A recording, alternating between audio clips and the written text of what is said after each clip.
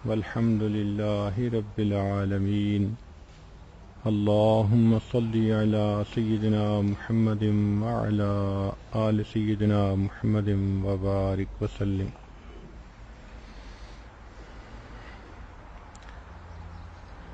جو عورتیں اپنی زندگی میں ماں بنتی ہیں اور انہیں بچوں کی تربیت کرنی پڑتی ہے، وہ اس بات کو اچھی طرح سمجھتی ہیں کہ بیٹی کی تربیت کا معاملہ اور ہوتا ہے، بیٹے کا معاملہ اور ہوتا ہے. بیٹی کی تربیت بہت آسان ہوتی ہے، اس لیے کہ وہ محبت کرنے والی، چیزوں کو شیئر کرنے والی، ماں باپ کے اشاروں کو سمجھنے والی، صبر کرنے والی، ذرا سا دھمکاؤ تو سہم جانے والی، یہ ساری چیزیں اس کی شخصیت میں واضح نظر آتی ہیں. اور جو بیٹے کی تربیت ہوتی ہے اس وقت ایکسپیرینس ٹوٹلی ڈیفرنٹ ہوتا ہے. بچے کے اندر ایک ڈٹرمنیشن پاور ہوتی ہے، وہ اپنی آئیڈینٹی دکھاتا ہے، چنانچہ کئی باتوں میں وہ ضد بھی کر لیتا ہے، پھر دوسروں سے چھینا جھپٹی بھی کرتا ہے، اپنی موجودگی کا احساس بھی دلاتا ہے. تو مائیں حیران ہوتی ہیں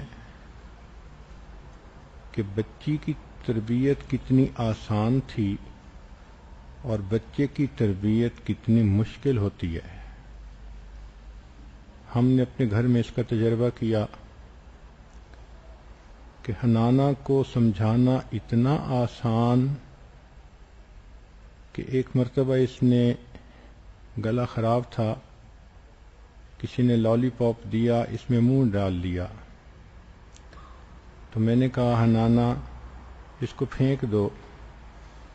اس بچی نے اسی وقت منہ سے نکال کے اس کو پھینک دیا، اور میں اتنا حیران ہوا کہ چھوٹی بچی ہے، میٹھا پسند ہوتا ہے، ایک چیز منہ میں ڈال لی مگر اس کو پھر بھی کہنے کے اوپر اس نے نکال کے پھینک دیا. اس کے کھلونے ہوتے تھے تو یہ بچوں کے ساتھ شیئر کرتی تھی. ایک مرتبہ گھر میں کچھ فنکشن تھا، بچوں نے اس کے کمرے میں کھلونے بکھیر دیے، ادھم مچا دیا. تو جب کسی نے کہا کہ حنانہ بچوں نے تو تمہارے سب کھلونے خراب کر دیے، تو آگے سے کہنے لگی بچے ہیں نا. تو اس کی بات سن کے ہم حیران ہو گئے.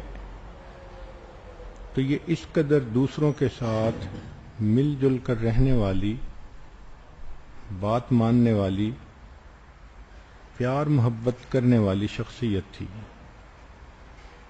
پھر اللہ کے فضل و کرم سے سرمد صاحب تشریف لائے تو اب ہمیں احساس ہوا کہ اس کی شخصیت بہت مختلف ہے. چنانچہ چھینا جھپٹی کرنا، دوسروں کی ہر چیز کو اپنا بنا لینا، ذرا سا کچھ کہہ دے تو بدلہ لے کے رہنا، جو بات کر دی اس کو کروا کے چھوڑنا، یہ چیزیں ہمیں نئی معلوم ہوئیں. چنانچہ ہم نے اس کا نام رکھا سرمد پراپرٹی لا. چنانچہ اس کے ذرا قانون بھی سن لیجئے کہ if something is mine, it's mine. If I like something, it's mine. If it is in my hand, it is mine. If I can take it from you, it's mine. If I had it a little while ago, it's mine. If it looked like mine, it's mine. If I saw it first, it's mine. If you put something down, it's mine. but if it's broken, it's yours. تو معلوم ہوا کہ بیٹے کی تربیت اور ہوتی ہے، بیٹی کی تربیت اور ہوتی ہے. یہی فرق جو بچپن میں تھوڑا ہوتا ہے یہ جوانی کی عمر میں آ کے اور بھی زیادہ ہو جاتا ہے. چنانچہ یہ بات ذہن نشین کر لیں کہ عورت کی شخصیت ٹوٹلی ڈیفرنٹ ہوتی ہے، مرد کی شخصیت ٹوٹلی ڈیفرنٹ ہوتی ہے، حتیٰ کہ دونوں کی ضروریات میں بھی فرق ہوتا ہے. چنانچہ آج کا عنوان ہے مرد اور عورت کی جذباتی ضروریات، ایموشنل نیڈز. تو اس میں بھی فرق ہوتا ہے. آپ دیکھیں بچوں کے کھیل مختلف اور بچیوں کے کھیل مختلف. لڑکوں کو دیکھیں دوڑیں بھاگیں گے، کشتی کریں گے، ہاتھا پائی کریں گے، شور مچائیں گے، یہ بچوں کا معمول ہے. اور بچیوں کو دیکھیں گی تو رسی پھلانگ لینا، ہائیڈ اینڈ سیک کھیل لینا، بیٹھ کے کوئی کاغذ کے اوپر گیم کھیل لینا، یہ ان کی عادات ہیں. تو طبیعتوں اور مزاج کا فرق یہ بچپن سے ہی محسوس ہونا شروع ہو جاتا ہے. جب بڑے ہوتے ہیں تو پھر یہ فرق اور زیادہ واضح ہو جاتا ہے. اب مرد کی جذباتی ضروریات اور ہیں، عورت کی جذباتی ضروریات اور ہیں. ماہر نفسیات حضرات نے 6 پوائنٹ لکھے ہیں کہ یہ مرد کی ضرورت ہیں اور 6 پوائنٹ لکھے کہ یہ عورت کی ضرورت ہیں. چونکہ عورتوں کا مجمع ہے تو ان کی ضروریات کو پہلے ڈسکس کر لیتے ہیں. سب سے پہلی چیز جو عورت کو چاہیے شادی شدہ زندگی میں، اس کو خبر گیری یا کیئر کہتے ہیں. خبر گیری یا کیئر کہتے ہیں. چنانچہ ہر بیوی چاہتی ہے کہ خاوند ایسا ہو جو میری کیئر کرے، میری ضروریات کا خیال کرے، میری دھیان رکھے، میرے کام کو اپنا کام سمجھے، مجھے اون کرے. تو کیئر کرنا یہ عورت کی سب سے پہلی ضرورت ہوتی ہے. پھر دوسری بات یہ کہ اس کے اندر انڈرسٹینڈنگ ہو. بیوی اگر بات کرے تو وہ اس کی فریکوینسی کو سمجھ سکے،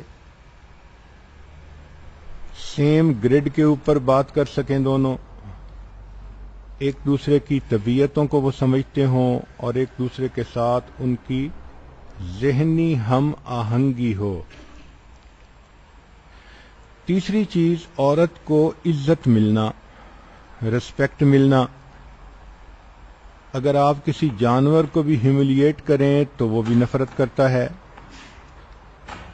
بچے کو ہیوملیٹ کریں تو وہ بھی نفرت کرتا ہے. عورت تو ایک بالغہ ہوتی ہے، انسان ہوتی ہے،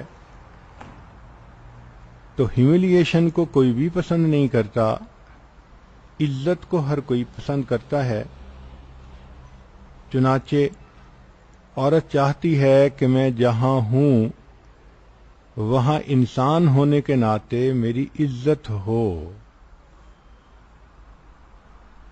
چوتھی ضرورت ڈیووشن، اپنائیت، کہ خاوند ایسا ہو کہ جو مجھے اپنائے، اون کرے، اس کی میرے ساتھ ایک کمٹمنٹ ہو، مجھے اہمیت ملے. پھر پانچویں چیز کہلاتی ہے کہ عورت کے حقوق کو تسلیم کرنا، اس کو ویلیڈیشن کہتے ہیں. چنانچہ عورت کی جو ذاتی ضروریات ہیں یا جو اس کے جائز کام ہیں ان کی اہمیت کو سمجھنا اور ان کو اگنور نہ کرنا، یہ بھی ایک اہم بات ہے.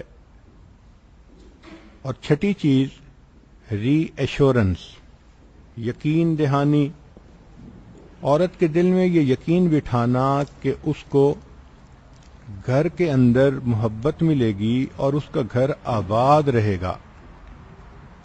کیونکہ جب عورت کے دل میں ایک کھٹکا پیدا کر دیا جائے کہ میرا گھر ٹوٹ جائے گا، تو وہ عورت کبھی بھی خوشیوں بھری زندگی نہیں گزار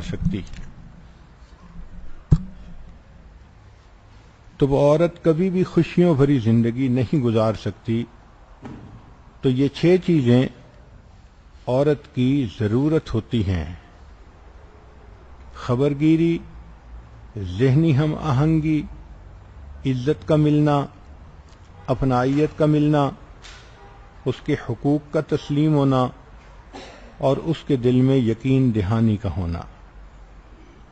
لیکن اگر آپ غور کریں تو آج گھروں میں عورت کو یہ چیز نہیں ملتی، جس کی وجہ سے میاں بیوی کے درمیان جھگڑے ہوتے ہیں، لڑائیاں ہوتی ہیں اور یہیں سے گھر برباد ہوتے ہیں. مثال کے طور پہ خامد کیئر کرنے کی بجائے اس کو اگنور کرتا ہے. بیوی نے کوئی چیز بتائی کہ ضرورت ہے تو آرام سے کہہ دیتا ہے کہ میں تو بھول گیا. تو غفلت برتتا ہے، اور یہ غفلت تو دوری کا باعث ہوتی ہے. اس لیے تو رب کریم نے قرآن مجید میں فرمایا وَلَا تَكُن مِّنَ الْغَافِلِينَ، کہ غافلوں میں سے نہ ہونا. اگر غفلت بندے اور پروردگار کے درمیان فاصلہ کر دیتی ہے تو میاں اور بیوی کے درمیان فاصلہ کرنا تو معمولی بات ہے. تو بیوی کے کاموں کو اگنور کرنا، اس کو کوئی ویلیو نہ دینا، اس کی ضرورتوں کو آرام سے کہہ دینا مجھے دھیان نہ رہا، خیال نہ رہا، میں بھول گیا، تو یہ کیئر لیسنس سب سے پہلی بنیاد ہوتی ہے جو دلوں میں فاصلے ڈالتی ہے. دوسری چیز ہوتی ہے انڈرسٹینڈنگ، کہ مرد بیوی کی بات کو سمجھے کہ وہ کیوں ایسا کہہ رہی ہے. مگر ہم نے دیکھا ہے کہ مردوں کے لیے بات سننا سب سے مشکل کام. ابھی آدھی بات اس نے کہی ہوتی ہے تو یہ فوراً اس کا ایک حل بتا کے خاموش ہو جاتے ہیں، اور اگر وہ زیادہ تفصیل کہنا چاہے تو ایسی چپ لگاتے ہیں کہ جیسے ایک کان سے بات سنی اور دوسرے سے وہ نکال دی. عورت کو پریشانی ہوتی ہے میں بیوی ہوں، زندگی کی ساتھی ہوں، اس کے بچوں کی ماں ہوں، میری بات ہی نہیں سنتا. اور وہ کئی مرتبہ خامد ایسے ایکٹ کرتا ہے کہ جیسے فرصت ہی نہیں ہے. تو عورت کے دل پہ بہت پریشانی گزرتی ہے کہ اس کی بات ہی اس کا خامد نہیں سنتا، جس کو وہ اپنی زندگی کا ساتھی کہہ رہی ہے، اپنا محرم راز کہہ رہی ہے. تیسری چیز ریسپیکٹ ہے.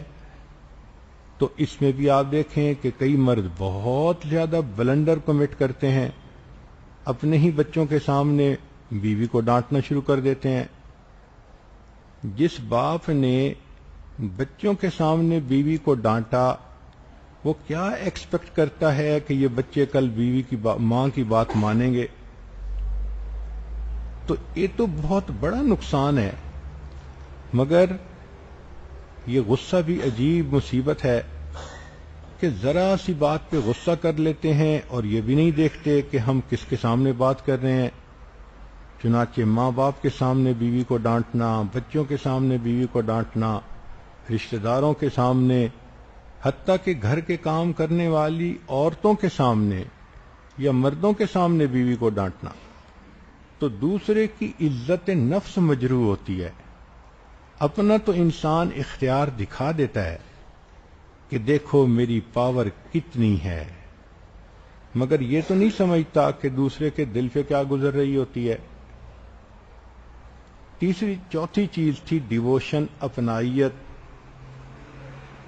تو بجائے اس کے کہ عورت کو اپنائیت کا احساس دلائے، انسان دوسرے کام کو پریورٹی دے دیتا ہے.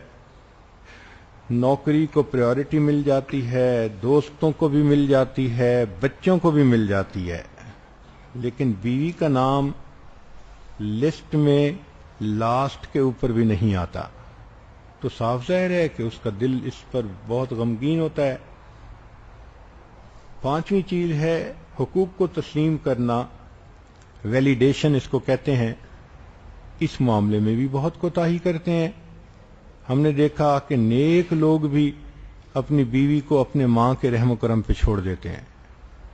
بھئی آپ خامد ہیں، خود معاملے کو رکھیں، ماں کے ساتھ ایکویشن الگ بات ہے، بیوی کے ساتھ محبت پیار کی ایکویشن الگ چیز ہے۔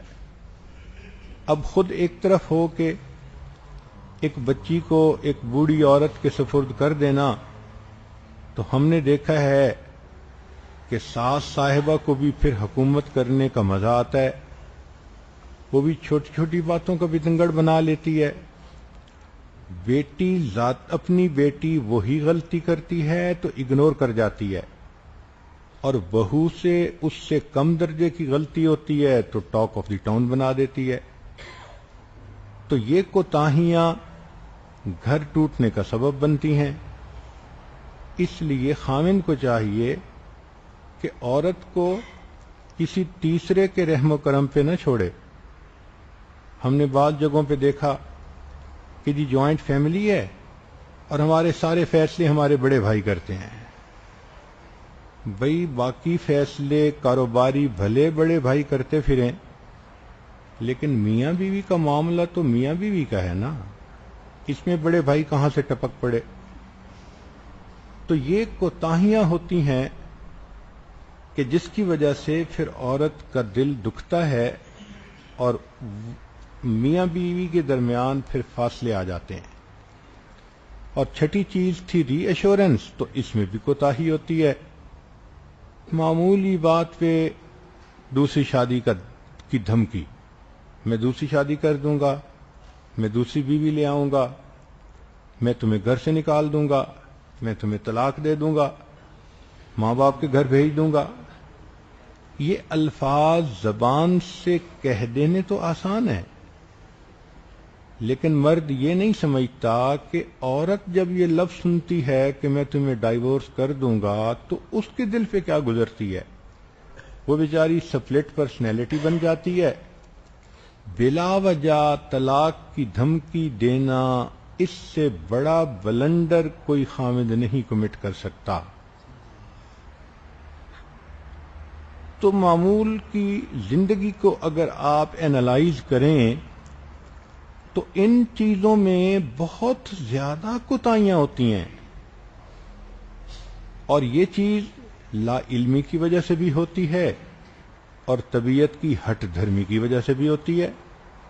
اپنی غلطیوں کو چھپانے کے لیے الٹا انسان دھونس سے کام لیتا ہے۔ جس طرح خامد بیوی کے حقوق میں کوتاہی کرتا ہے، اسی طرح بیویاں خامدوں کے حقوق میں کوتاہی کرتی ہیں۔ مثلا خامد کی جذباتی ضروریات ڈیفرنٹ ہیں۔ اس کو سب سے پہلے بیوی سے ٹرسٹ چاہیے کہ مرد اگر کوئی فیصلہ کرے تو بیوی آنکھ بند کر کے کہہ دے کہ جی ہاں مجھے آپ کا فیصلہ قبول ہے۔ مگر یہاں تو چھوٹی سی چیز پرچیز کرنی ہوتی ہے، اس میں بھی بیوی صاحبہ کے مشورے شروع ہو جاتے ہیں۔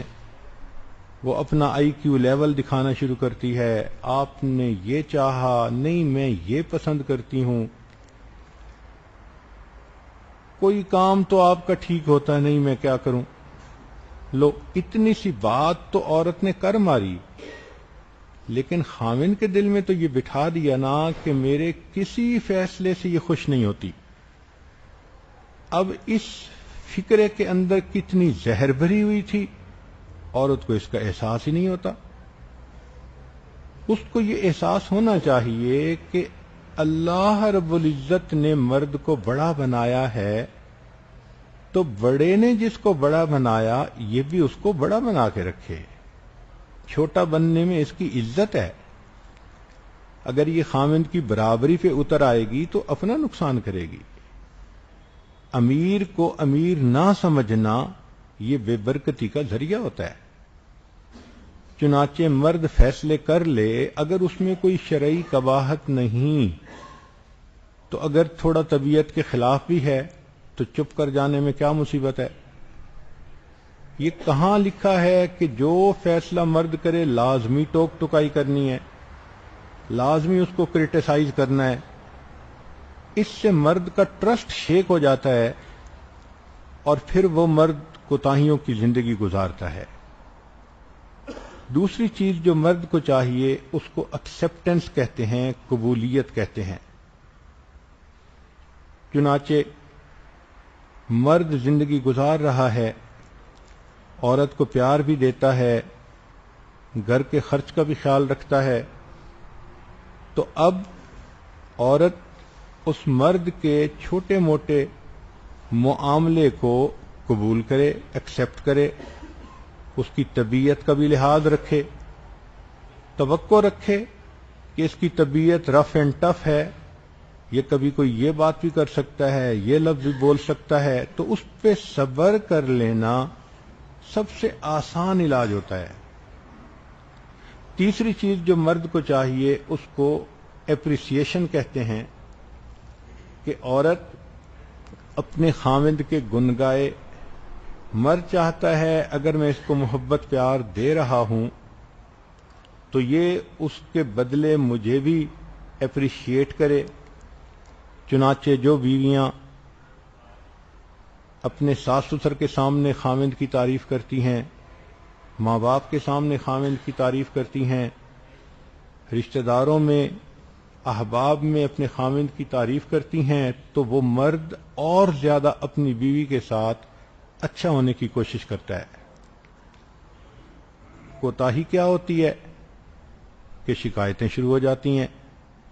اب اس نے 90 باتیں اچھی کیں وہ تو یاد نہیں ہوتی، لیکن اگر 10 غلطیاں تھیں تو ہر جگہ وہ 10 غلطیاں ہی گنوائی جا رہی ہوتی ہیں۔ بلکہ ہم نے تو یہاں تک دیکھا کہ بیٹھتے ہی خاوند کی شکایتیں شروع ہو جاتی ہیں۔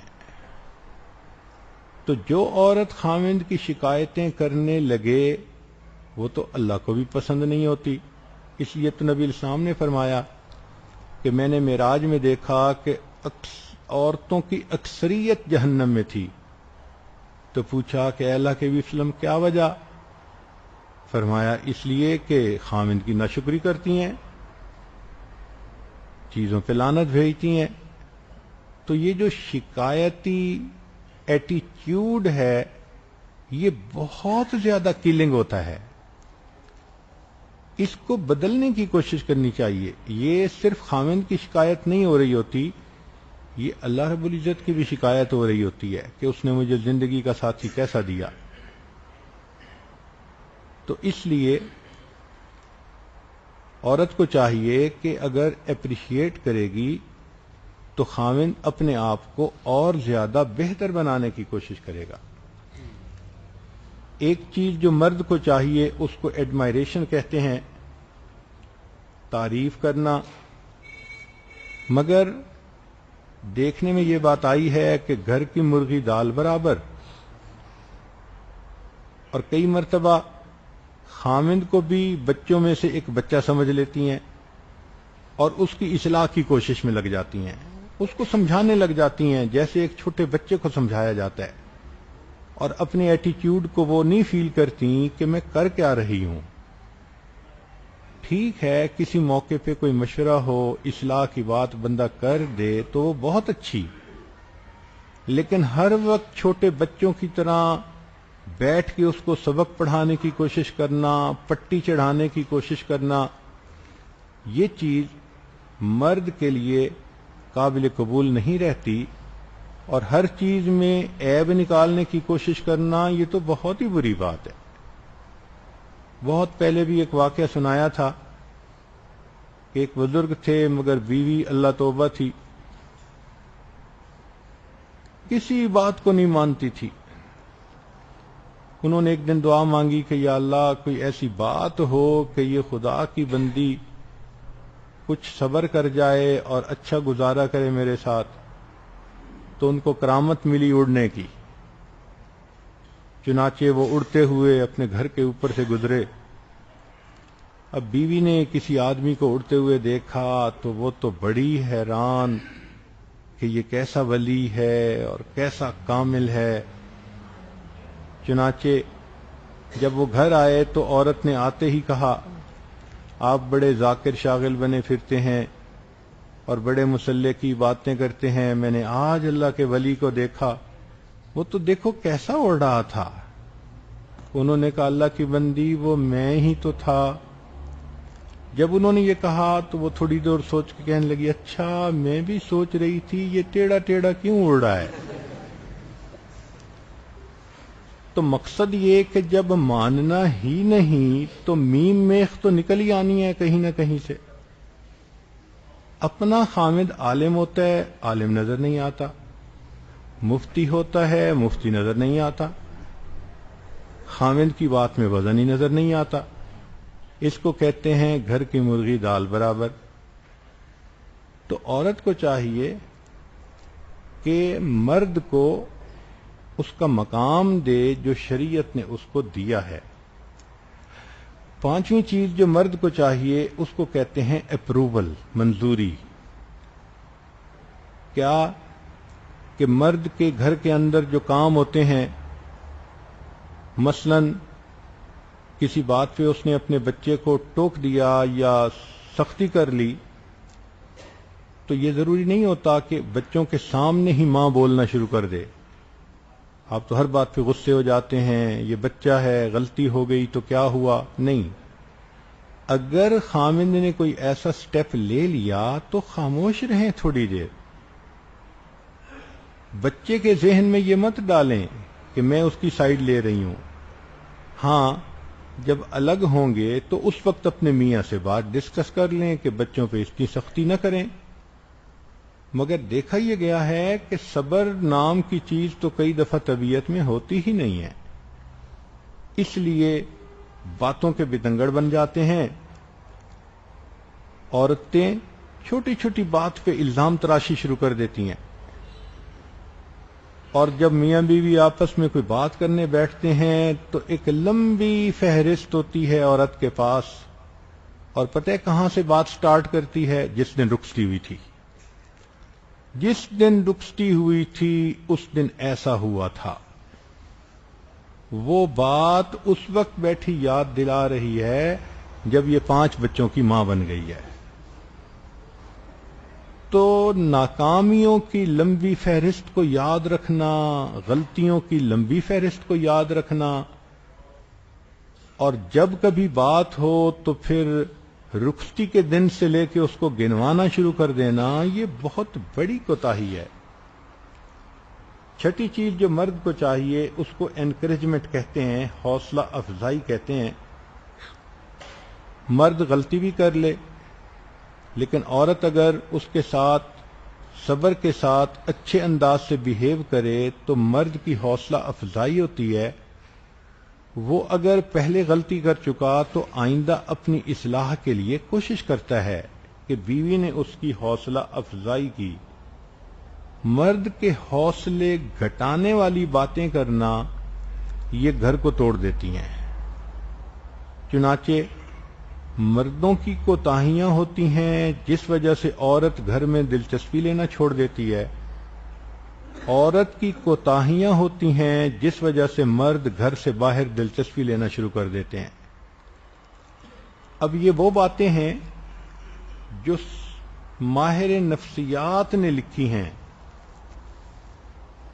ان میں 2 بڑی باتیں کہ جو کچھ عورت کو خود چاہیے ہوتا ہے وہ مرد کو دینا شروع کر دیتی ہے۔ مثلا بات کہ میں تو اتنی کیئر کرتی ہوں، پتہ نہیں یہ میرے ساتھ اچھا کیوں نہیں رہتے۔ بھئی کیئر تو آپ کو چاہیے۔ آپ جو خامند کو کہہ رہی ہو کہ میں کیئر اس کو دیتی ہوں، اس کو تو کچھ اور چاہیے، جو اس کو چاہیے وہ تو آپ دے نہیں رہی، لہذا اس کا کیا فائدہ؟ وہ جی میں تو اتنی رسپیکٹ کرتی ہوں مگر پھر بھی وہ میرے ساتھ محبت نہیں کرتا۔ بھئی رسپیکٹ تو آپ کو چاہیے۔ مرد کو اگر ٹرسٹ دیتی، ایکسیپٹنس دیتی، اپریسیشن دیتی، اپروول ایڈمیریشن دیتی، انکریجمنٹ دیتی تو الگ بات تھی۔ اسی طرح مردوں کا بھی یہی حال، جی میں اپنی بیوی کی اتنی تعریفیں کرتا ہوں پھر بھی میرے ساتھ محبت نہیں کرتی۔ بھائی یہ تو آپ کو چاہیے تھی، بیوی کو ریسپیکٹ چاہیے تھی، کیئر چاہیے تھی، ڈیووشن چاہیے تھی، وہ تو آپ نے دی نہیں۔ تو مرد کو جو خود چاہیے ہوتا ہے وہ عورت کو دے کے سمجھتا ہے کہ یہ پھر کیوں نہیں محبت کرتی، اور عورت کو جو خود چاہیے ہوتا ہے وہ مرد کو دے کے سمجھتی ہے کیوں محبت نہیں کرتی۔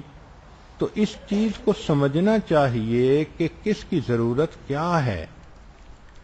اس عاجز نے پچھلے بیان میں یہ بات سمجھائی تھی کہ پٹرول کی گاڑی ہو تو اس کو ڈیزل دیتے رہیں وہ نہیں چلے گی، اور ڈیزل گاڑی ہو پٹرول بھرتے رہیں تو پھر بھی گاڑی نہیں چلے گی۔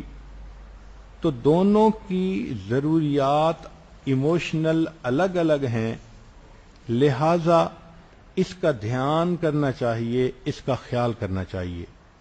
اب اس کو اگر ہم to cut the story short کریں تو مرد دو غلطیاں بہت بڑی کرتے ہیں۔ ایک تو یہ کہ بیوی کی بات ہی نہیں سنتے، اور آدھی بات سن کے ہی بولنا شروع کر دیتے ہیں، اور اس کا پوائنٹ آف ویو سمجھنے کی کوشش نہیں کرتے۔ یہ مردوں کا بہت بڑا بلنڈر ہوتا ہے۔ دوسرے بندے کے پوائنٹ آف ویو کو سمجھنے کی کوشش کرنا یہ بہت اچھا خلق ہے، اس لیے کہ تصویر کے دو رخ ہوتے ہیں۔ ہو سکتا ہے آپ کی سوچ بھی ٹھیک ہو مگر اس کی بھی ٹھیک ہو۔ عورت جو بات کر رہی ہے وہ بھی آخر کسی وجہ سے کر رہی ہے۔ اس کی مثال یوں سمجھ لیجئے تصویر کے دو رخ کی، کہ ایک کمپنی تھی جوتوں کے بنانے والی، تو اس نے اپنی مارکیٹنگ کے لیے دو نوجوانوں کو کسی شہر میں بھیجا کہ بھئی وہاں جا کر دیکھو کہ ہمارے جوتے مارکیٹ کرنے آسان ہیں یا نہیں۔ انہوں نے جا کے دیکھا تو یہ دیکھا کہ وہاں کے لوگوں میں تو جوتے پہننے کا اتنا رواج ہی نہیں تھا، عادت ہی نہیں تھی۔ تو ان میں سے ایک نے فوراً واپس میسج بھیج دیا کہ جوتوں کی مارکیٹ یہاں نہیں ہو سکتی، اس لیے کہ یہاں کے لوگوں کو جوتا پہننے کی عادت ہی نہیں۔ اور ایک دن کے بعد دوسرے نوجوان نے میسج بھیجا تو اس نے اپنے مینیجر کو کہا کہ یہاں مارکیٹ بہت بڑی ہے، اس لیے کہ لوگ جوتا ہی نہیں پہنتے، اگر ہم ان کو پہننے کی باتیں سمجھا دیں گے تو ہمارے جوتے یہاں پورے ہی نہیں آ سکیں گے۔ اب دیکھیں دونوں نے اپنا اپنا پوائنٹ آف ویو بیان کیا، ایک نے یہ نتیجہ نکالا دوسرے نے وہ نتیجہ نکالا۔ اسی طرح جو بات عورت کر رہی ہے، اب اس عورت کا کیا پوائنٹ آف ویو ہے، کیوں کہہ رہی ہے، تھوڑی ٹھنڈے دماغ کے ساتھ اس کی بات کو سمجھنے کی کوشش کرنی چاہیے۔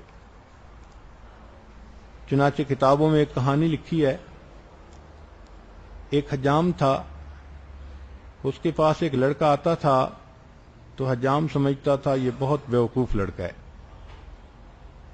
چنانچہ وہ اس کو ہمیشہ 1 روپے کا بھی سکہ دیتا اور 2 روپے کا بھی سکہ دیتا، 5 روپے کا بھی سکہ دیتا۔ تو وہ لڑکا ہمیشہ 2 روپے کا سکہ لے کے چلا جاتا۔ تو حجام ہنستا کہ دیکھو کتنا بیوقوف ہے، بار بار ایسا ہوتا، بار بار ایسا ہوتا۔ ایک دن ایک آدمی بیٹھا ہوا تھا تو وہ لڑکا گزرا تو حجام کہنے لگا میں آپ کو بتاؤں یہ کتنا بیوقوف ہے۔ اس نے کہا ہاں۔ اس نے 2 سکے نکالے، ایک 2 روپے کا اور ایک 5 روپے کا، اور لڑکے کو کہا کہ بچے آ کے اس میں سے ایک لے لو۔ تو بچے نے 2 روپے کا سکہ لے لیا۔ تو اس پر وہ جو بندہ بیٹھا ہوا تھا اس سے اس نے پوچھا کہ تم نے 5 روپے کا سکہ کیوں نہیں لیا؟ تو بچے نے کہا کہ انکل جس دن میں نے 5 روپے کا سکہ لے لیا it will be the end of the game, پھر اس کے بعد یہ مجھے نہیں کہا کرے گا کہ تم آ کے لے لو۔ تو اب ذرا سوچئے کہ حجام اس کو بیوقوف سمجھ رہا تھا، اور وہ بچہ کتنا کلیور تھا کہ وہ ہر دفعہ 2 روپے لے کر ہنسنے کا موقع دیتا تھا، مگر پھر اس کو دوبارہ 2 روپے کا موقع ملتا تھا، تو پتہ نہیں کتنے 5 روپے اس نے لے لیے تھے اس سے۔ تو دوسرے کا پوائنٹ آف ویو سمجھنے کی کوشش کرنا یہ بھی ضرورت ہوتی ہے۔ تو یہ غلطی کرتے ہیں مرد کہ ذرا عورت نے کوئی بات کرنے کی لفظ شروع کر دیے، یا تو غصہ کر لیا، یا بات ہی نہ سنی، یا دوسرے کمرے میں چلے گئے۔ یہ فل سٹاپ جو لگا دیتے ہیں، یہ انتہائی بڑی کوتاہی ہوتی ہے۔ اور دوسری بات کہ بیوی کے ساتھ تنہائی کا وقت گزارنے کے لیے ٹائم نکالنا یہ عورت کی ضرورت ہوتی ہے۔ کئی مرتبہ جوائنٹ فیملیز میں یا بچے ہوتے ہیں تو ان کی موجودگی میں میاں بیوی کو اتنی فرصت ہی نہیں ملتی کہ مل بیٹھیں، دل کھولیں، بات کریں۔ تو ایسے موقع کا نکالنا یہ مرد کی ذمہ داری ہے، بھلے اس کو کہیں گھومنے پھرنے کے لیے لے کے جائیں۔ نبی علیہ الصلوۃ والسلام سیدہ عائشہ صدیقہ رضی اللہ تعالیٰ عنہا کو ایک ایسی جگہ بھی لے کر گئے جہاں آبشار تھی اور سبزہ تھا، حدیث پاک سے اس کا ثبوت ملتا ہے۔ جب نبی علیہ الصلوۃ والسلام گھر میں ہوتے تھے تو ازواج مطہرات کے الگ الگ حجرات ہوتے تھے، سفر میں تشریف لے جاتے تھے تو ان میں سے کسی ایک کو اپنے ساتھ رکھا کرتے تھے۔ تو میاں بیوی کو الگ وقت ملنا جس میں وہ مل کے بیٹھیں، کھانا کھائیں، بات چیت کریں، میاں بیوی کے الگ وقت کا مطلب ایک کام ہی تو نہیں ہوتا۔ مل کے بیٹھ کے بات کرنا یہ بھی مستقل ایک کام ہے۔ انڈرسٹینڈنگ بڑھتی ہے، الفت بڑھتی ہے، محبت بڑھتی ہے، ایک دوسرے کے ساتھ انسان کو انس پیدا ہوتا ہے۔ تو یہ 2 باتیں مردوں کی بہت امپروو ہونے کی ضرورت ہے۔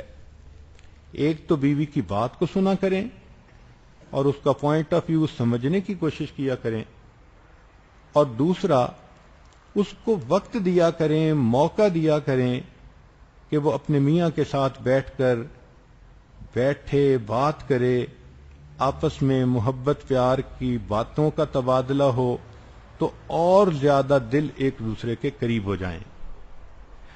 عورتوں میں 2 بڑی غلطیاں ہوتی ہیں۔ ایک تو ان کی طبیعت کے اندر کھود کرید اتنی ہوتی ہے کہ سبحان اللہ، کبھی تو جیب کی تلاشی ہو رہی ہوتی ہے، کبھی اس کے کمرے کی چیزوں کی تلاشی ہو رہی ہوتی ہے۔ یہ کھود کرید ہم نے دیکھا کہ ٹھیک بھی ہو تو یہ نقصان کا باعث ہوتی ہے۔ کیا فائدہ ہوتا ہے اس کا؟ اینڈ ریزلٹ تو یہی ہوتا ہے نا کہ خامند اگر کوئی غلطی کر رہا ہے تو پھر اس کو وہ علل اعلان کرنا شروع کر دیتا ہے، عورت اس کا کیا بگاڑ لیتی ہے۔ تو ایسی چیزیں جو آپ سمجھ رہی ہیں کہ بھائی وہ ممکن ہے کر رہا ہو، اللہ پہ چھوڑیں، اللہ سے دعا مانگیں کہ اللہ اس کا دل بدلے۔ کھود کرید کر کے، پیچھے پڑ کے، ٹو لگا کے آپ اپنے سے خامند کو دور ہی کریں گی، قریب نہیں کر سکتی۔ گو غلطی خامند کی ہوگی، مگر کھود کرید کر کے اس غلطی کا نتیجہ یہ ہوگا کہ وہ الٹا آپ سے اور زیادہ دور ہوگا۔ تو اللہ کی ذات پہ اعتماد رکھیں اور تجسس والی عادت نہ بنائیں، ورنہ تو خامد بات کیا کر رہا ہے، بچوں سے بھی رپورٹ لے رہی ہیں، مردوں میں کیا بات ہوئی فلاں سے بھی رپورٹ لے رہی ہیں، دیوار کے پاس کھڑی ہو کے سن رہی ہیں۔ اس قسم کی ٹو لگانے والی، تجسس والی بیوی کی طبیعت یہ مرد کے لیے بہت پوائزننگ ہوتی ہے، اور یہ بہت بڑی کوتاہی ہوتی ہے۔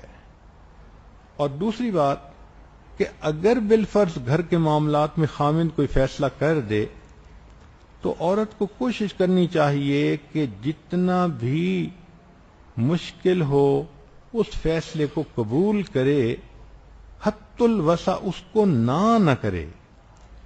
ہر فیصلے پہ نہ کر دینا، ہر بات پہ نہ کر دینا، یہ عورتوں کی دوسری بڑی غلطی ہوتی ہے۔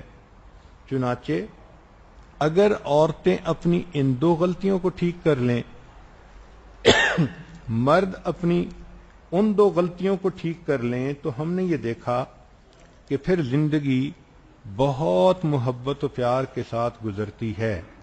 اب آئیے ہم ذرا احادیث کی نظر میں سلف صالحین کی زندگیوں کو دیکھتے ہوئے یہ دیکھیں کہ وہ اگر میاں بیوی بن کر رہتے تھے اور اتنی محبت پیار کی زندگی تھی تو وہ کیسے ایک دوسرے کو یہ سب چیزیں دے دیتے تھے، حالانکہ وہ ٹرمینالوجی سے واقف نہیں تھے، وہ ان اصطلاحات کو نہیں جانتے تھے، مگر قرآن اور حدیث مبارکہ کی تعلیمات ایسی ہیں کہ اگر انسان بیوی کے حقوق پورے کرے، بیوی خاوند کے حقوق پورے کرے، تو خاوند کو وہ ملتا ہے جو اسے چاہیے اور بیوی کو وہ ملتا ہے جو اسے چاہیے۔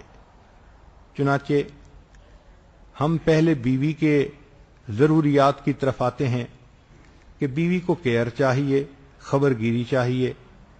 تو ذرا دیکھیے کہ حضرت موسیٰ علیہ الصلوۃ والسلام کی اہلیہ حاملہ ہیں، سردی کا موسم ہے، ٹھٹھر رہی ہیں، تو خاوند نے محسوس کیا کہ میری بیوی کو گرمی کی ضرورت ہے۔ اب وہ نکلے آگ کی تلاش کرنے کے لیے، تو موسیٰ علیہ السلام کا آگ ڈھونڈنے کے لیے نکلنا اس بات کی دلیل کہ اپنی بیوی کی کیئر ان کے دل میں تھی، اور اسی پر اللہ نے ان کو نبوت عطا فرمائی۔ حجۃ الوداع کے موقع پر جس اونٹ پر عورتیں سوار تھیں اس کی لگام ایک صحابی کے ہاتھ میں تھی جن کا نام تھا انجشہ رضی اللہ تعالی عنہ۔ ایک موقع پہ وہ اونٹ کو ذرا تیز چلا رہے تھے، تو جب اس کو اونٹ تیز چلاتے دیکھا تو نبی علیہ السلام نے فوراً کہا کہ انجشہ، تمہارے اس اونٹ کے اوپر شیشے کی بنی ہوئی چیزیں سوار ہیں، ذرا ان کا خیال رکھو۔ قواریر کا لفظ استعمال کیا۔ قواریر کا ترجمہ شیشے کی بنی ہوئی چیزیں بھی کہہ سکتے ہیں، اور اگر مجھ سے ترجمہ کروائیں تو اس کو ڈائمنڈ بھی کہہ سکتے ہیں، کہ نازک چیزیں یا نازک پرسنالٹیز اس اونٹ کے اوپر سوار ہیں، تم تیز چلاؤ گے تو ان کو مشقت ہوگی۔ اللہ کے پیارے حبیب صلی اللہ علیہ وسلم کی زندگی پہ قربان جائیں کہ عورتوں کی اتنی سی تکلیف کا بھی فوراً خیال کیا، اس کو کیئر کہتے ہیں۔ اب دیکھیے حجۃ الوداع کی بات ہے کہ نبی علیہ السلام جب حج کر کے واپس تشریف لائے تو آپ آنا چاہتے تھے، خیمے میں آئے تو عائشہ صدیقہ لانا رو رہی ہیں۔ پوچھا عائشہ کیوں رو رہی ہو؟ اللہ کے حبیب صلی اللہ علیہ وسلم آپ تشریف لائے تھے تو آپ نے عمرہ کیا تھا، میں حرم میں داخل نہیں ہو سکتی تھی عذر کی وجہ سے، اب حج تو میں نے کر لیا، میں عمرہ تو نہیں کر سکی، گو واپس آنا تھا۔ نبی السلام نے فرمایا اچھا ہم یہاں انتظار کرتے ہیں، تم اپنے بھائی عبد الرحمن کے ساتھ چلی جاؤ اور عمرہ کر کے آ جاؤ۔ تو دیکھیے ان کی ایک جائز تمنا تھی، ایک خواہش تھی جس پر وہ اداس ہو کے رو رہی تھیں، تو اللہ کے پیارے حبیب صلی اللہ علیہ وسلم نے ان کی کیئر کا اظہار کیا۔ تو عورتوں کی اس طرح کی چیزوں کا خیال رکھنا یہ مرد کی چارٹر آف ڈیوٹیز میں شامل ہے۔ دوسری چیز ہوتی ہے انڈرسٹینڈنگ، ذہنی ہم آہنگی۔ چنانچہ نبی علیہ الصلوۃ والسلام کی مبارک زندگی میں یہ چیز بھی نظر آتی ہے، سبحان اللہ۔ چنانچہ سیدہ صفیہ رضی اللہ تعالی عنہا جو پہلے یہودیہ تھیں پھر اسلام لائیں، نبی علیہ الصلوۃ والسلام کے نکاح میں آ گئیں. تو جس دن نکاح ہوا اور وہ نبی علیہ السلام کے پاس آئیں تو اللہ کے حبیب صلی اللہ علیہ وسلم چاہتے تھے کہ آج ان سے میری ملاقات ہو جائے، مگر اسی دن تو خیبر فتح ہوا تھا، اسی دن تو اس کا خامند قتل ہوا تھا یا باپ قتل ہوا تھا، قوم کے لوگ مارے گئے تھے. تو صفیہ رضی اللہ تعالی عنہا کی طبیعت پر کچھ غم تھا. نبی علیہ الصلوۃ والسلام چاہتے تھے کہ آج ہی رخصتی ہو جائے. چنانچہ جب آپ ان کے خیمے میں تشریف لے گئے تو آپ نے اظہار فرمایا کہ میں ملنا چاہتا ہوں. انہوں نے سے آگے عرض کیا، اے اللہ کے حبیب صلی اللہ علیہ وسلم، ہم ملاقات کو کل کی رات پہ مؤخر کر لیتے ہیں. تو نبی علیہ السلام نے ان کی بات کو قبول فرما لیا. اب ذرا سوچئے، ایک عام مرد کی جب طبیعت ہوتی ہے میل ملاپ کی تو اس کے لیے تو پھر منٹ گزارنے مشکل ہوتے ہیں، مگر اللہ کے حبیب صلی اللہ علیہ وسلم نے ان کی طبیعت کو سمجھا، ان کی سوچ کو سمجھا. یہ غمزدہ ہے اور یہ چاہتی ہے کہ آج نہیں کل ملاقات ہو جائے. تو اللہ کے حبیب صلی اللہ علیہ وسلم نے ان کی بات کو مان لیا.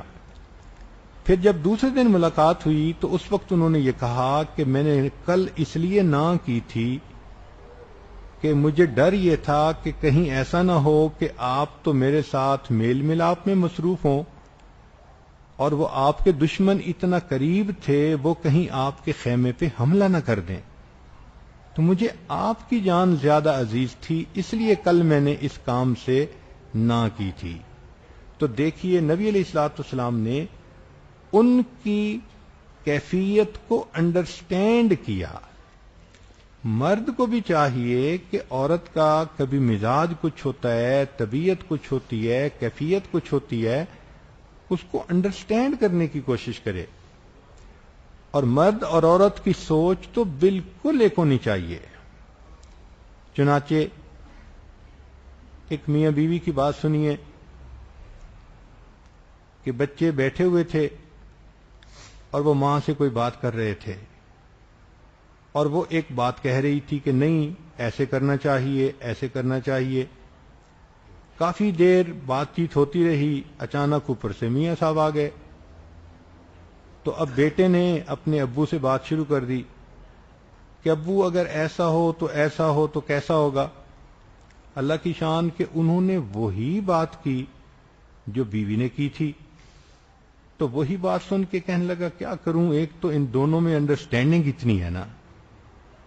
تو یہ زندگی کا مزہ ہوتا ہے کہ میاں بیوی کی سوچ بالکل ایک ہو، پھر اولاد کے اوپر بھی اس کے بہت پازیٹو اثرات ہوتے ہیں. تیسری چیز ہوتی ہے عورت کو ریسپیکٹ ملنا.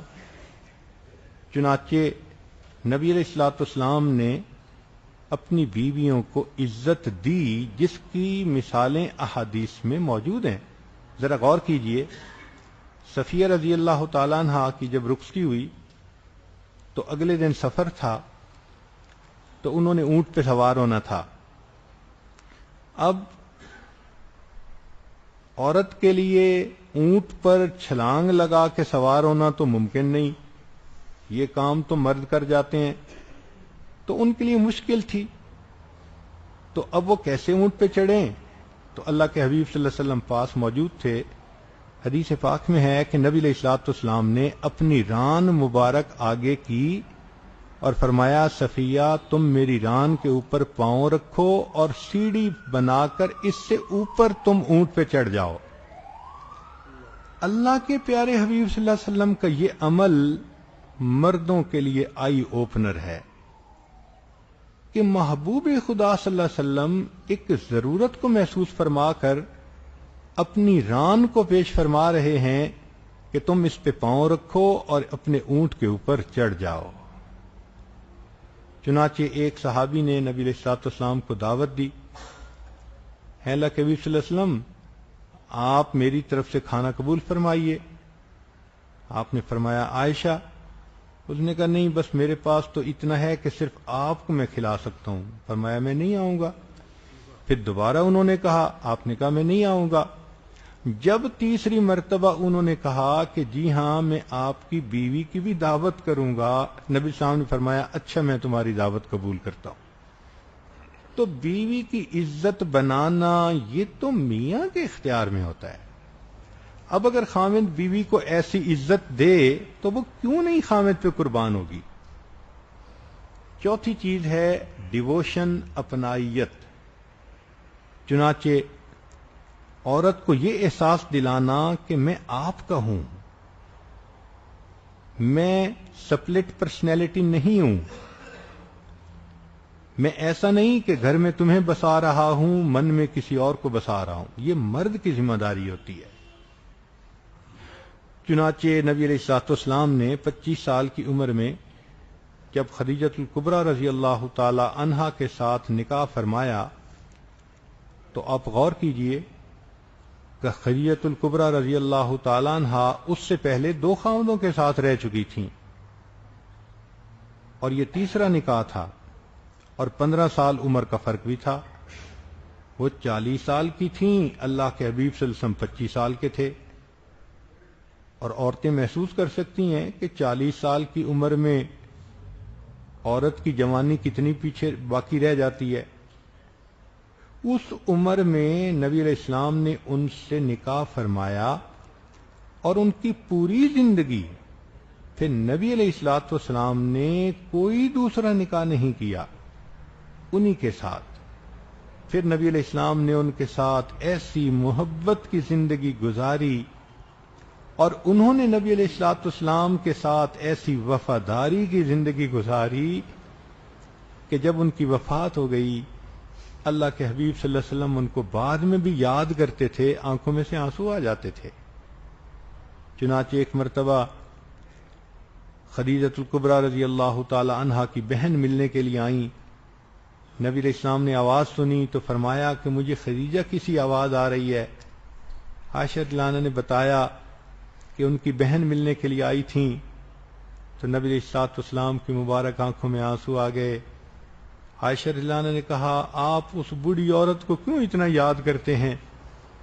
تو نبی السلام نے فرمایا عائشہ جب لوگ میرے دشمن تھے اس وقت وہ میری اپنی تھی, وہ مجھ سے محبت کرتی تھی, اعتماد کرتی تھی, مجھے تسلی دیتی تھی, مجھے دعائیں دیتی تھی. عائشہ جب لوگوں کے دلوں میں ظلمت تھی اس کے دل میں ایمان کا نور تھا. انی رزقت حبھا, عائشہ اللہ نے میرے دل میں اس کی محبت ڈال دی, میں اس معاملے میں مجبور ہوں. سبحان اللہ. تو اگر خاوند ایسی محبت عورت کو دے تو پھر عورت تو اپنے گھر کو ضرور آباد کرے گی. 5ویں چیز ہے حقوق تسلیم کرنا, ویلیڈیشن. چنانچہ کئی مرتبہ عورت سے کوئی کام غلطی کا بھی ہو سکتا ہے, انسان ہے, مگر اس کی کیفیت کو مرد سمجھنے کی کوشش کرے. نبی علیہ الصلوۃ والسلام کی ایک خاص عادت مبارکہ یہ تھی کہ آپ بات کو جو معمولی ہوتی تھی اس کو ڈائلیوٹ کر دیتے تھے, اس کا بتنگڑ نہیں بننے دیتے تھے. اب ذرا غور کیجئے کہ نبی علیہ الصلوۃ والسلام عائشہ صدیقہ رضی اللہ تعالی عنہا کے حجرے میں ہیں اور اس وقت ایک دوسری ام المومنین کھانے کی چیز بھیج دیتی ہیں تو عائشہ رضی اللہ عنہا نے وہ چیز لینے کے لیے جو ہاتھ آگے بڑھایا بے دلی کے ساتھ تو وہ برتن ہی ٹوٹ گیا گر کے. تو نبی صاحب نے فرمایا غارت امکم, تمہاری ماں کو غیرت آ گئی, اور بات کو وہیں پر سمیٹ دیا. ہم ہوتے تو بات کا بھی تنگڑی بنا دیتے. 5ویں چھٹی چیز ہے یقین دہانی, ایشورنس. چنانچہ نبی علیہ الصلوۃ والسلام نے عائشہ رضی اللہ عنہا کو ایک لمبا واقعہ سنایا. اس محفل میں تو نہیں لیکن انشاءاللہ کل کی محفل میں آپ کو وہ واقعہ بھی سنا دیں گے. اس کو کہتے ہیں حدیث ام زرع. 11 عورتوں کی باتیں نبی علیہ الصلوۃ والسلام نے سنائیں. کہ انہوں نے اپنے خامدوں کے بارے میں یہ کہا. آخر پہ کہا کہ ان میں سب سے اچھا ابو ذرا تھا جو ام ذرا کے ساتھ بہت محبت کرتا تھا. اور یہ پورا واقعہ سنا کے اللہ کے نبی صلی اللہ علیہ وسلم نے نتیجہ نکالا، عائشہ جتنا ابو ذرا ام ذرا کے ساتھ اچھا تھا میں تمہارے ساتھ اس سے بھی زیادہ اچھا ہوں. اور یہ بھی فرمایا کہ اس نے تو بیوی کو طلاق دے دی تھی، عائشہ میں تمہیں طلاق نہیں دوں گا. اس کو ری ایشورنس کہتے ہیں. تو جس عورت کو ری ایشورنس مل جائے کہ میرا خاوند مجھے نہیں چھوڑے گا، مجھے تنہا نہیں ہونے دے گا، تو عورت کا دل تو پھول کی طرح کھل جاتا ہے. تو دیکھیے قرآن و حدیث کی تعلیمات ایسی ہیں کہ ٹرمینالوجی نہ بھی آتی ہو مگر عورت کو وہ سب کچھ ملتا ہے جو اس کو چاہیے ہوتا ہے. اسی طرح مرد کا معاملہ دیکھ لیجئے کہ مرد کو ٹرسٹ چاہیے، اعتماد چاہیے. تو ابراہیم علیہ الصلوۃ والسلام بیوی بچے کو بیت اللہ کے پاس چھوڑ کے واپس جا رہے ہیں. کوئی آج کی عورت ہوتی تو ادھم مچا دیتی، آپ ہمیں چھوڑ کے کیسے جا سکتے ہیں، کس کے حوالے کر رہے ہیں، ہمارا کون خیال کرنے والا ہوگا، رونا دھونا شروع کر دیتی. مگر سیدہ ہاجرہ رضی اللہ تعالیٰ عنہ نے صرف اتنا پوچھا، اللہ کے حکم سے چھوڑ کے جا رہے ہیں؟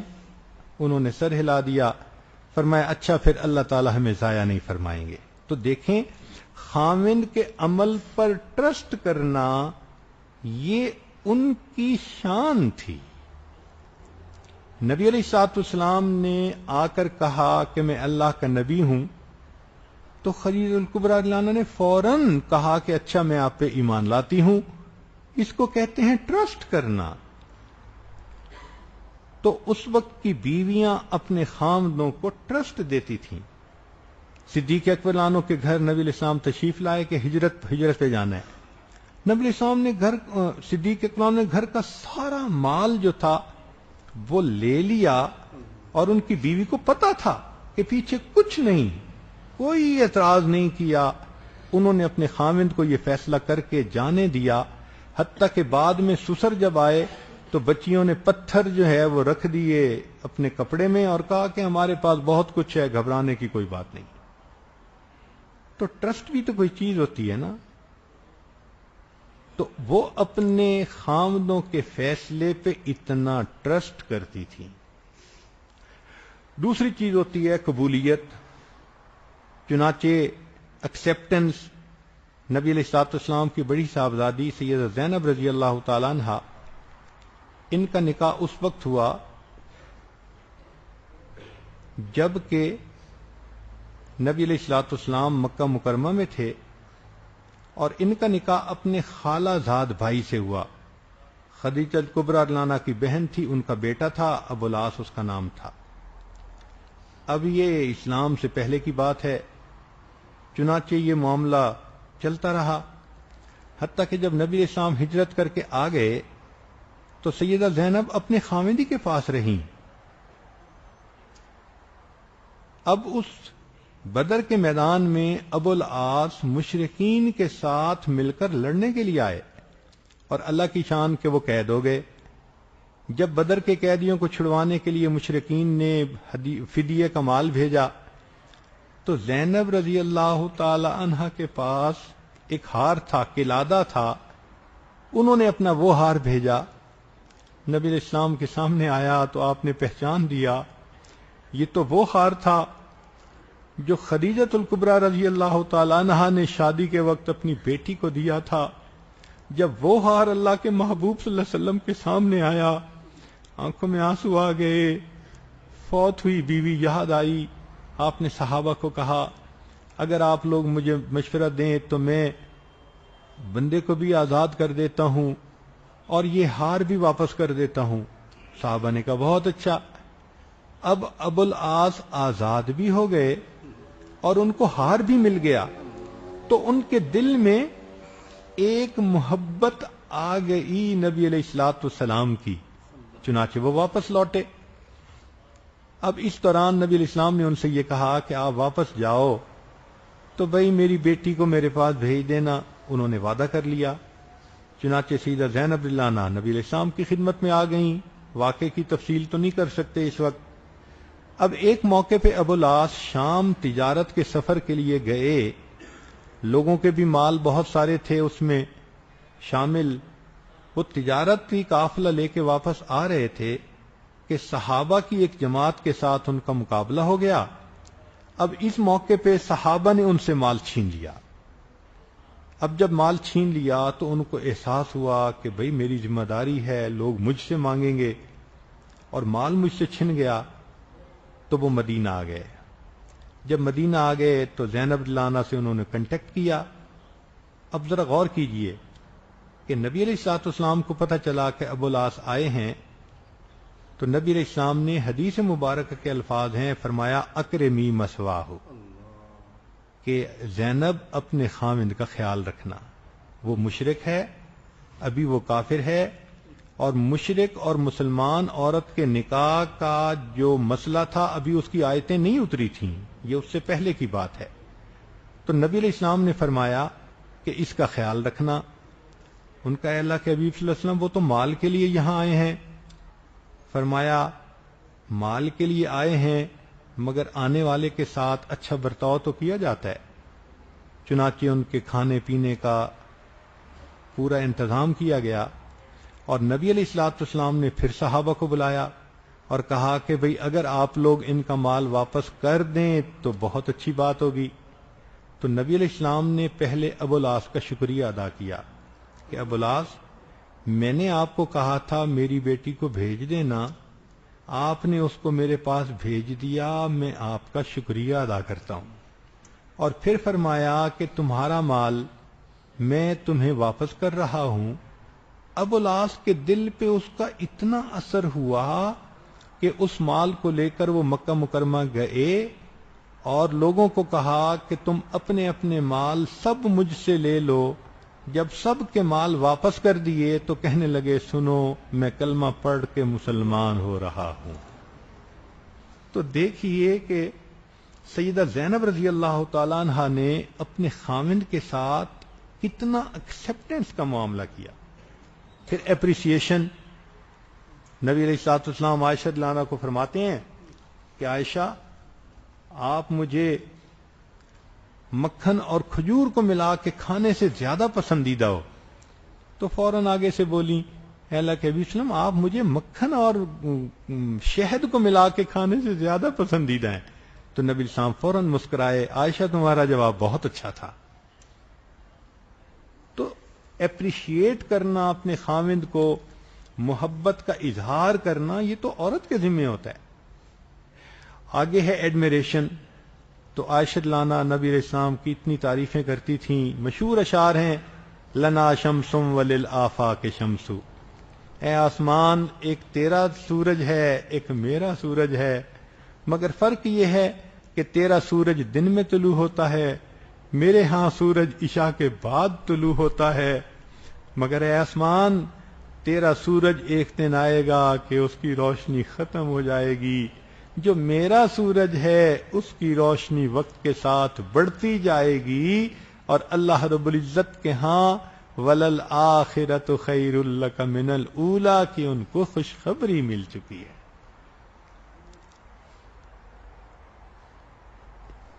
پانچویں چیز ہے اپروول, منظوری. چنانچہ ذرا غور کیجئے کہ حضرت علی رضی اللہ عنہ فاطمہ الزہرا رضی اللہ عنہا روزہ رکھتے ہیں, 3 دن کھانا بنتا ہے, اور تینوں دن علی رضی اللہ عنہ وہ کھانا اٹھا کے مانگنے والے کو دے دیتے ہیں. اب آج کی بیوی ہوتی تو توبہ, ایک جھگڑے کی ایک جنگ شروع ہو جاتی. یوں کہیں 3 دن روزے سے, اور 3 دن علی رضی اللہ عنہ نے روٹی جو افطار کے وقت تھی وہ سائل کو دی, پانی پی کے سیدہ فاطمہ روزہ رکھتی رہیں. انہوں نے خاوند کے عمل پہ اعتراض نہیں کیا. اس کو اپروول نہ کہیں گے تو اور کیا کہیں گے. پھر انکریجمنٹ کہتے ہیں, حوصلہ افزائی. صلح حدیبیہ کے موقع پہ نبی علیہ الصلوۃ والسلام غمزدہ تھے کہ بھئی میں نے لوگوں کو کہا جانور ذبح کریں, مگر ان کو بات ہی نہیں سمجھ آ رہی. ام سلمہ رضی اللہ عنہا نے کہا اے اللہ کے نبی صلی اللہ علیہ وسلم فکر نہ کیجئے، یہ آپ کے غلام ہیں، یہ پریشان کہ ہم عمرہ کیے بغیر واپس کیسے جائیں، آپ اپنے جانور کو ذبح کریں، جو آپ کریں گے یہ غدام، یہ عشاق وہی کچھ کریں گے۔ انہوں نے کیا، صحابہ رضی اللہ عنہم نے بھی اپنے جانوروں کو ذبح کیا اور آ گئے۔ تو دیکھو بیوی نے انکریج کیا نا ان کو۔ چنانچہ ایک صاحب بنگلہ دیش سے اس وقت کراچی اترے کہ جب ملک تقسیم ہوا، اور وہاں ان کے شاید کوئی 60 کے قریب پیٹرول پمپ تھے۔ اب بتائیں جس بندے کے 60 پیٹرول پمپ ہوں، بلینر وہ بندہ تھا، اور وہ صرف اس حال میں یہاں اترا کہ اس کے بیوی کے سر پہ دوپٹہ تھا، کچھ اور نہیں تھا۔ اس کے ذہن پہ کتنا بڑا صدمہ تھا۔ وہ اپنا واقعہ سنانے لگا کہ میں اپنے بھائی کے گھر آیا، مگر میرے اوپر یہ صدمہ برداشت کرنا مشکل تھا کہ اتنا کچھ میرا ایک دن میں چلا گیا، مگر میری بیوی سمجھدار تھی۔ دسترخوان پہ کھانا کھانے بیٹھتے تو وہ بات شروع کر دیتی، میں عورت زاد ہوں، میں پریشان ہو جاتی ہوں، میرے خاوند کو تو اللہ نے کیا سونے کا دل دیا ہے، اتنا بڑا ان کا نقصان ہو گیا، انہوں نے تو ہاتھ کی میل بنا کے اس کو اتار دیا۔ وہ کہتے کہ میں حیران ہوتا کہ میری بیوی ایسی باتیں کر رہی ہے، میں اپنا دل بڑا کرتا۔ بیوی تنہائی میں مجھے کہتی، دیکھو رزق تو اللہ نے دینا ہے، جو اللہ وہاں رزق دے رہا تھا وہی ہمیں یہاں دے گا، آپ بالکل پریشان نہ ہونا، آپ غربت کے ایام ہیں، میں گزارا کروں گی، آپ کے ساتھ ہوں۔ انہوں نے اپنے بھائی سے قرض لے کے ایک ٹرک کرائے کا چلانا شروع کیا۔ اللہ نے چند سالوں میں اتنی برکت دی کہ 200 ٹرکوں کی کمپنی کا ان کو مالک بنا دیا۔ وہ اپنی بیوی کا واقعہ سناتے تھے اور کہتے تھے میں بیوی کا احسان کبھی نہیں اتار سکتا۔ تو بیوی کو چاہیے کہ انکریجمنٹ کرے اپنے خاوند کی ایسے موقع پہ جبکہ خاوند کو اس کی ضرورت ہوتی ہے۔ اور ان سب کا جو اصول ہے وہ یہ کہ میاں بیوی دونوں شریعت والی زندگی کو اپنا لیں، کسی ٹرمینالوجی کو یاد کرنے کی ضرورت نہیں، خود بخود خاوند بیوی کو وہ دے گا جو اس کو ضرورت ہے، بیوی خاوند کو وہ دے گی جو اس کو ضرورت ہے۔ آج شادیاں کرتے ہیں خوبصورتی کے پیچھے، تو خوبصورتی تو کسی کو کچھ نہیں دے سکتی۔ یاد رکھیں شادی کے پہلے دن عورت کی شکل دیکھی جاتی ہے، پھر اس کے بعد پوری زندگی عورت کی عقل دیکھی جاتی ہے۔ اور نبی علیہ الصلوۃ والسلام کی ایک حدیث مبارکہ سے بھی یہی ثابت ہوتا ہے کہ جس سے پتہ چلتا ہے کہ مال کی خاطر شادی کرنا، خاندان کی خاطر شادی کرنا، حسن کی خاطر شادی کرنا، یہ سب بعد کی باتیں ہیں، اصل چیز تو نیکی اور دینداری ہے، اس کی بنیاد پہ شادی کرنی چاہیے۔ آج ہم نبی علیہ الصلوۃ والسلام کی سنتوں کو چھوڑتے ہیں، مصیبتوں میں پڑ جاتے ہیں۔ اگر کوئی اللہ کا بندہ ہوگا اور اس کے دل میں خوف خدا ہوگا، وہ بیوی کو کیوں رلائے گا، وہ بیوی کو کیوں پریشان کرے گا؟ اور جو اتنی محبت کرنے والا خاوند ہو، اس کا رنگ گورا ہے یا کالا ہے، اس سے کیا فرق پڑتا ہے؟ وہ غریب ہے یا امیر ہے، وہ چھوٹے خاندان کا ہے یا بڑے خاندان کا ہے، کیا فرق پڑتا ہے تو انسان نا، ہے تو اس کا دل ہمدرد، محبت کرنے والا۔ چنانچہ نبی علیہ الصلوۃ والسلام کے ایک صحابی تھے، ان کا نام تھا سعد رضی اللہ تعالیٰ عنہ۔ ان کی شادی نہیں ہوئی تھی، تو ایک مرتبہ نبی علیہ الصلوۃ والسلام نے ان سے پوچھ لیا، تو انہوں نے کہا کہ میری شادی اس لیے نہیں ہوتی کہ میرا رنگ کالا ہے اور میں غریب ہوں۔ نبی علیہ السلام نے فرمایا کوئی رشتہ؟ انہوں نے کہا میری کزن ہے، بہت خوبصورت ہے، امیر گھرانے کی ہے، مگر وہ لوگ مجھے رشتہ نہیں دیتے۔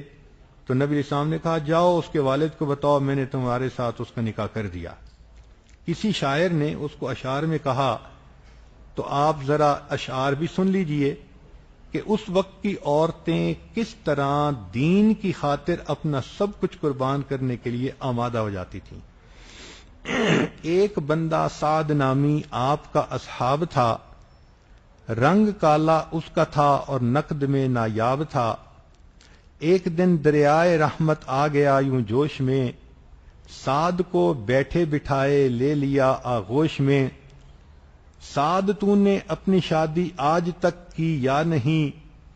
سعد بولا رشتہ کوئی کالے کو دیتا نہیں، ایک لڑکی خود میرے چچا کے ہاں موجود ہے، میں تو کوشش کر چکا لیکن وہاں بے سود ہے، جب بھی جاتا ہوں وہاں لے کر میں خود اپنا پیام، دھکے ملتے ہیں مجھے سنتا ہوں باتیں بے لگام، بد شکل بد رنگ ہونا اس میں میرا چارہ کیا، میں نے ہے وہ رنگ پایا جو مجھے رب نے دیا، کالے گورے کا خیال آتے ہی جذبہ آ گیا، جوش میں آ کر اسی دم آپ نے فرما دیا،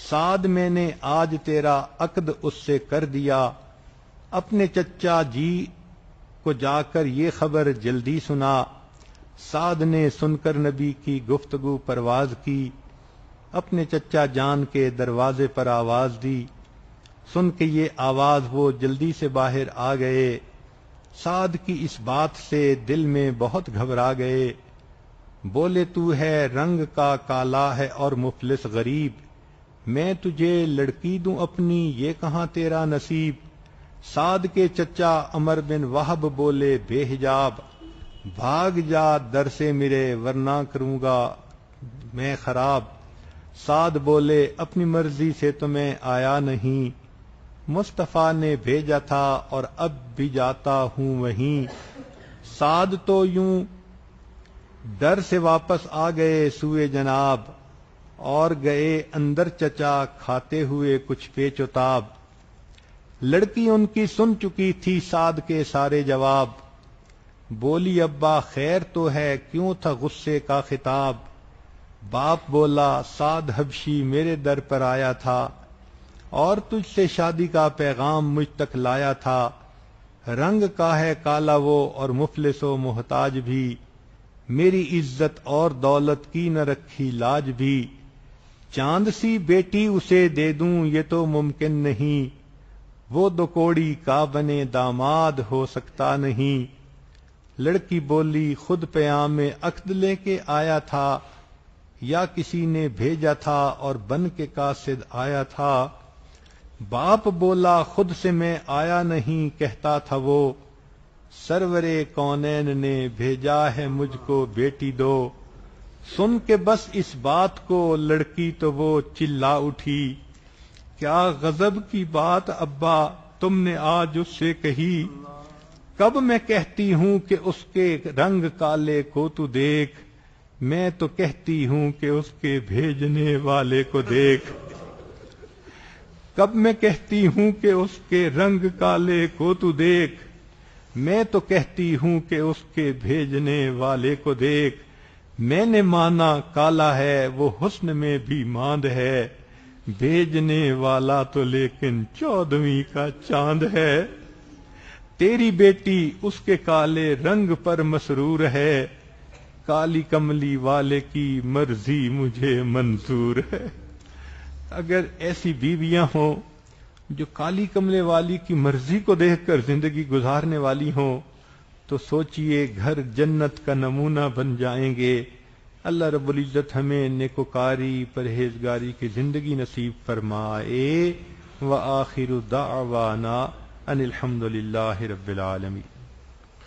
کچھ دیر کے لیے مراقبہ کر لیجئے۔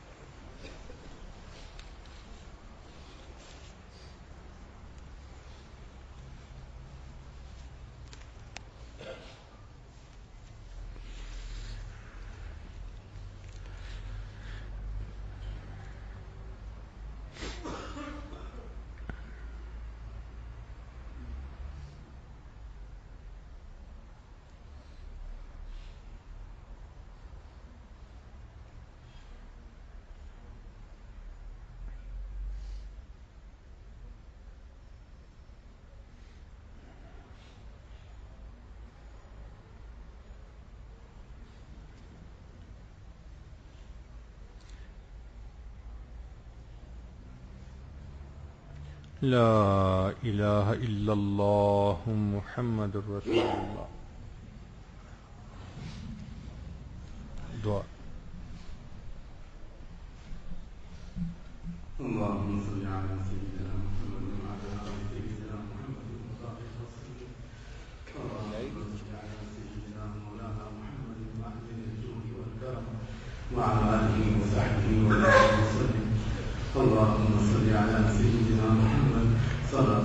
وتنجينا بها من جميع الأمراض والآفات وتقضي لنا بها جميع الحاجات وتطهرنا بها من جميع السيئات وترفعنا بها أعلى الدرجات وتبلغنا بها أقصى الغايات من جميع الخيرات في الحياة وبعد الممات إنك على كل شيء قدير. اللهم اغفر للمسلمين والمسلمات والمؤمنين والمؤمنات الأحياء منهم والأموات. اللهم آپ کے بندے اور آپ کی بندیاں آپ کے حضور میں حاضر ہیں. اللہ ہم دل و جان سے شکر ادا کرتے ہیں. اللہ دل و جان سے شکر ادا کرتے ہیں کہ آپ نے انسان بنایا, ایمان والے گھروں میں پیدا کیا اور پھر پڑھتے پڑھتے اللہ ہم کو اس محفل تک پہنچا دیا. اللہ اس محفل تک پہنچا دیا. اللہ ایسا لگ رہا ہے کہ ایک بزرگ خاندان اپنے بچوں, اپنے بیٹوں, بیٹیوں, بہوؤں کو زندگی کا طریقہ سکھا رہا ہے. اللہ گھروں کو جنت کا ماحول بنانے کے طور طریقے سکھا رہا ہے. اللہ اس شفقت پر ہم سب کو قربان ہو جانے کی توفیق عطا فرما. اللہ قربان ہو جانے کی توفیق عطا فرما. اللہ اس کی نافرمانی سے بچا دیجیے. اللہ نافرمانی سے بچا دیجیے. کہاں ملے گا ایسا ماحول, کہاں ملے گا ایسا ماحول, کہاں ملے گی ایسی پیار بھری باتیں, کہاں ملے گی ایسی شفقت بھری باتیں. اللہ ہم نے کتنا برباد کیا. گھروں میں تلخیاں ہوئیں, گھروں میں ناخوشگواریاں ہوئیں, ایک دوسرے کا دل دکھایا. اللہ آپ بھی آج معاف کر دیجیے اور ہم سب کو ایک دوسرے سے, اپنے اپنے گھر والوں سے اللہ دل و جان سے معافی مانگنے کی توفیق دے دیجیے. اللہ اس دل کے کتنا حسین ہے اسلام, کتنا خوبصورت ہے ہمارا دین. اللہ کتنا خوبصورت ہے. اللہ اس دین پر مت مٹنے کی توفیق عطا فرما. اللہ اس دین کو پوری زندگی میں داخل کر دیجیے. اللہ عافیت کے ساتھ داخل کر دیجیے. اللہ ہمارے اخلاق بنا دیجیے. اللہ ہم کو عقل دے دیجیے. اللہ ہم کو زندگی کا طریقہ سکھا دیجیے. اللہ کتنے خوش نصیب ہیں اس شہر کے لوگ. اللہ یہ بہنیں, یہ بچیاں, اللہ جو آئیں اور ایسی پیاری نصیحتیں ملی. اللہ ان سب کے گھروں کو خوشیوں کا گہوارہ بنا دے اور ان کے تو خیر اللہ یہ دولت ہم سب کو اپنے اپنے گھروں میں منتقل کرنے کی توفیق عطا فرما. اللہ توفیق عطا فرما. اللہ توفیق عطا فرما. اللہ جن کی وہ بیماریاں جن کی وجہ سے غصہ آتا ہے, بے عقلی کی باتیں ہوتی ہیں, اللہ ان بیماریوں سے ہم کو شفا نصیب فرما دیجیے. اللہ شفا نصیب فرما دیجیے. اللہ رمضان مبارک کے آخری عرصے کے یہ دن تیزی سے گزرے جا رہے ہیں. اللہ ہم سے قدر نہیں ہو پا رہی ہے. اللہ قدر نہیں ہو پا رہی. سستی کاہلی غفلت نے ہمارا بیڑا گرد کر رکھا ہے. اللہ اپنے کرم سے ہم کو نشاط عطا فرما, چستی اور بلند ہمت عطا فرما. ایک لمحے کو صحیح استعمال کرنے کی توفیق عطا فرما. اللہ ہم آپ کے گھر میں آئے ہیں اور آج آپ سے وعدہ کرتے ہیں ان نصیحتوں پر عمل کریں گے, ان نصیحتوں پر عمل کریں گے. اللہ ان نصیحتوں پر عمل کریں گے. اللہ آپ توفیق دے دیجیے. اللہ توفیق دے دیجیے. اللہ آج دیکھ لیجیے, آج فیصلہ کر دیجیے. آج کے لیے فرشتوں سے جاؤ مسجد عمر مساقہ میں اعلان کر دو, میں نے تم سب کو معاف کر دیا, میں نے تم سب کو معاف کر دیا. تمہارے گناہوں کو نیکیوں سے بدل دینے کا فیصلہ کر دیا. اب میں تم کو نیک بناؤں گا, تمہارے ارمان پورے کروں گا, تمہارے ماں باپ کی آنکھیں نرم کروں گا. اللہ ہمارے ماں باپ ہمیں جس کے بارے میں کہتا ہوں, اللہ ہم کو ان کی آنکھوں کی ٹھنڈک بنا دیجیے. اور جو آپ کے حضور میں حاضر ہو چکے, اللہ ہم کو ان کے لیے صدقہ جاریہ بنا دیجیے. اللہ ہم کو ان کے لیے صدقہ جاریہ بنا دیجیے. اللہ آپ نے ہم کو نیک ماں باپ کے گھروں میں پیدا کیا. اللہ بچپن سے انہوں نے بہترین تربیت کی کوشش کی, دعائیں مانگی, اچھے اساتذہ کے حوالے کیا, اچھے ماحولوں میں بھیجا, انہیں ماحولوں سے روکا, مگر ہم نکلنے سے ہم نے اپنی محبت کی قدر نہ کی. اللہ توبہ کرنے آئے ہیں, معافی مانگنے آئے ہیں. اللہ معاف فرما دیجیے. اللہ معاف فرما دیجیے. اللہ معاف فرما دیجیے. اللہ ہمارے دل کے اندر سے بدل دیجیے. اللہ ہمارے ظاہر کو بھی سنبھال دیجیے. اللہ ہماری باطن کو بھی سنبھال دیجیے. اللہ ہم نے دنیا میں دیکھا ہے چند عورتیں بھی کہیں چل کر آ جاتی ہیں تو لوگ ان کا مقدمہ بھی معاف کر دیتے ہیں.